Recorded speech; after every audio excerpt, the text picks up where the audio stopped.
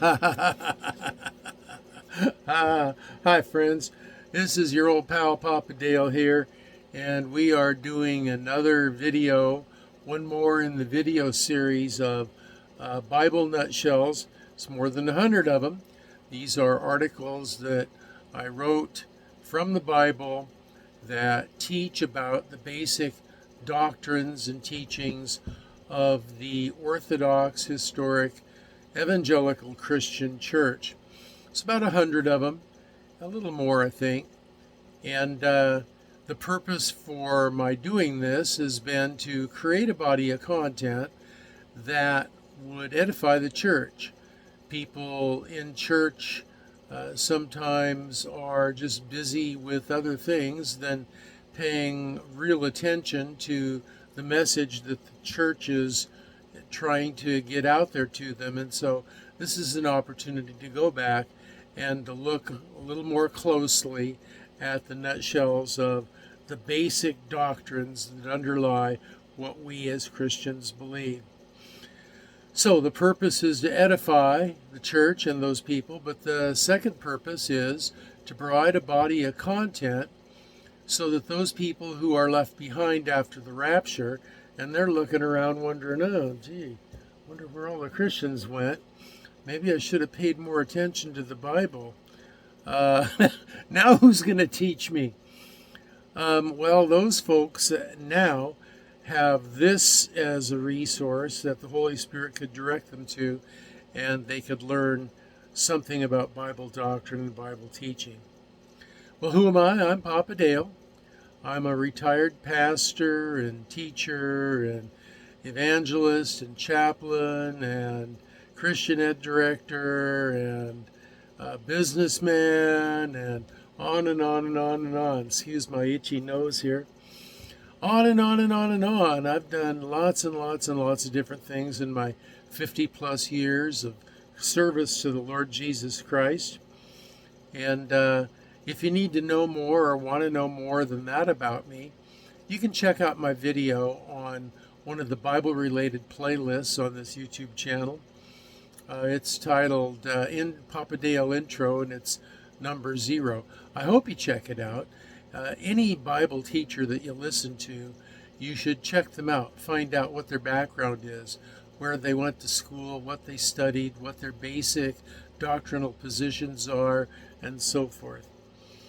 And so I hope you will be a Berean, like in Acts 17. They heard the Apostle Paul, for crying out loud, preach, and then they went home and checked him out against the Word of God. That's a good practice, and I hope you do that with me. And I've made it easy for you. At the bottom of this video, you're going to find links that you can click on to get to the lesson itself in writing, and you'll be able to look through it at a more leisurely pace. You'll be able to look at the different scripture verses and be edified by them. So this is lesson number 68, Christ, our redemption and reconciliation. So let's get right into it. Redemption is the payment of a price necessary to secure our release from the bondage and guilt of sin. It was a term common to marketplace transactions in the purchase of goods and used in the purchase of slaves. Quote, "For ye are bought with a price. Therefore, glorify God in your body and in your spirit, which are God's." End quote. 1 Corinthians 6:20. The metaphor used here is one of a slave being purchased by an owner in the marketplace, and in this case, we are the slave purchased by Jesus Christ with his own blood. That's a pretty high price. But we are his slaves because of that, and so we should be obedient to him and be thankful to him that he is purchased out of the destiny of sin and death which we had awaiting us. Redemption from sin required that one person, Jesus Christ, had to be fully human in order to be a sufficient substitute, but also fully divine, in order to be an effectual payment. The price paid is made to satisfy the holiness of God, and it's paid to him. Quote, "How much more shall the blood of Christ, who through the eternal Spirit offered himself without spot to God." Hebrews 9:14. Now, reconciliation is a little different, but related. It has three aspects. Hostility. One, hostility exists between two parties. Two, something occurs that removes the basis for the hostility. And three, the relationship is subsequently peaceful and mutually accepting.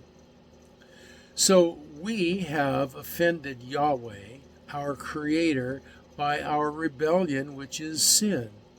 You see, as Creator, he has the rights of all creators, which is ownership. Our rebellion, our sin, is an infinite offense against an infinite God. Ever since the fall of the first man and woman in the Garden of Eden, Yahweh and human beings have been estranged.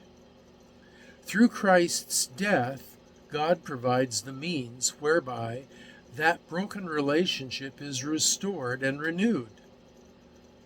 Yahweh has removed our sin, opening the way to restoration. Quote, he says, quote, "I, even I, am he that blotteth out thy transgressions for my own sake, and will not remember thy sins." That's really an interesting verse. That's in Isaiah 43:25.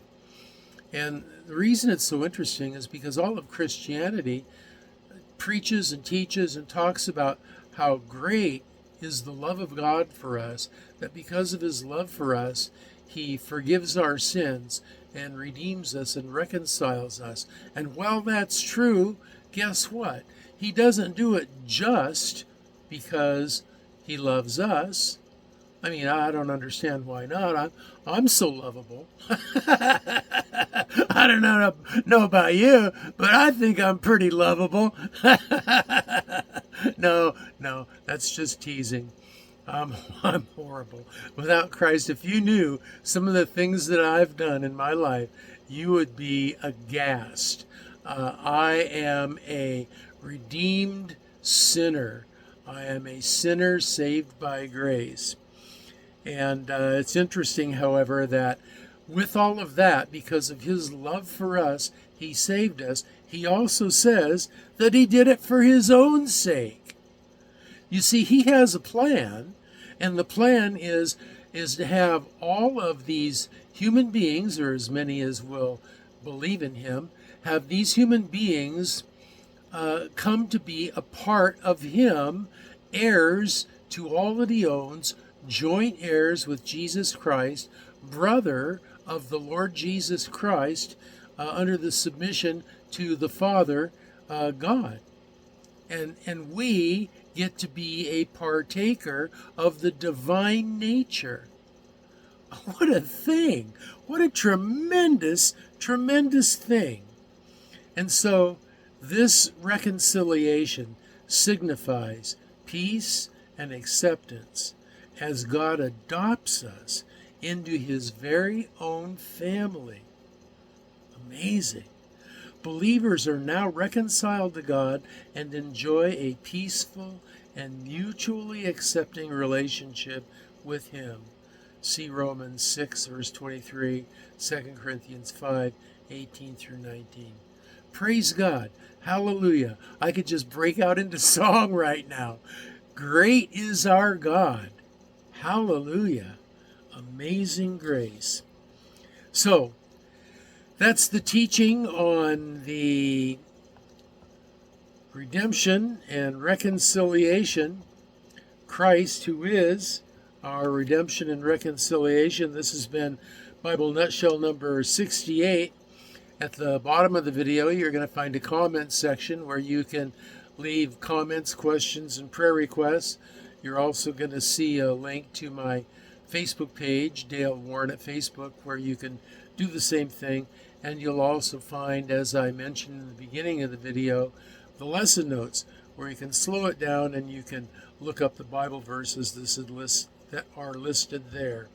So, that's all for today. And so we've got the next Bible lesson is number 69, Christ our Mediator. And until that lesson, this is your old Papa Dale signing off and saying, be well and be blessed.